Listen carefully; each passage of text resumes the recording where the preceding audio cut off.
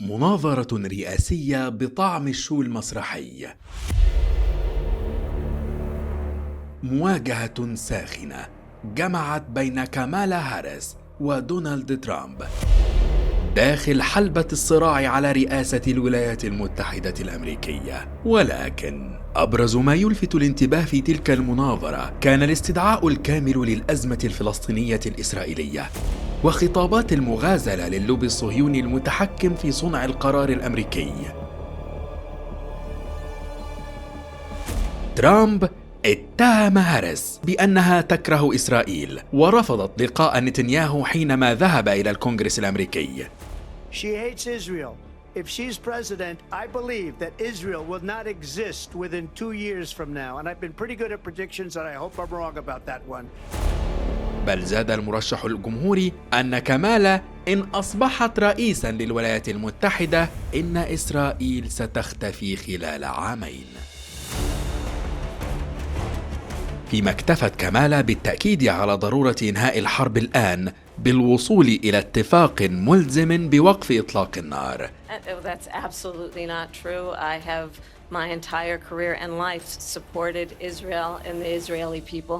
He knows that. لكن يبقى السؤال: لماذا إسرائيل ورقة رابحة في الانتخابات الأمريكية لدرجة تدفع المرشحين للكلام عنها أكثر من الحديث عن الشأن الداخلي الأمريكي؟ يعيش في أمريكا قرابة 6,300,000 يهودي في بلد يسكنه أكثر من 340 مليون إنسان، ما يجعل نسبتهم ضئيلة للغاية في أمريكا. لكن يشكل هؤلاء الذين يسكنون في أمريكا 85% من اليهود في العالم. اليهود يشاركون في التصويت بالانتخابات الرئاسية بنسبة أكثر من الجاليات الأخرى بمعدل تصويت يتجاوز 85%، ما يجعلهم الجالية الأكثر تأثيراً في القرار الأمريكي. اللوبي الصهيوني في الولايات المتحدة الأمريكية هو الأكثر تأثيراً في القرارات الاقتصادية والسياسية والعسكرية، فالمال السياسي يحكم كل شيء في البلاد، والقوة والقدرة العالمية للوبي تؤثر في قراراته بشكل حاسم وكبير. لذلك فإسرائيل ليست الابن البكر المدلل لأمريكا، بل جزء أساسي في استقرارها وصناعة قرارها، ما يدفع كل المرشحين للانتخابات الأمريكية لمداعبة تل أبيب، حتى وإن كان ذلك على حساب ملايين من الأرواح التي تنتهك.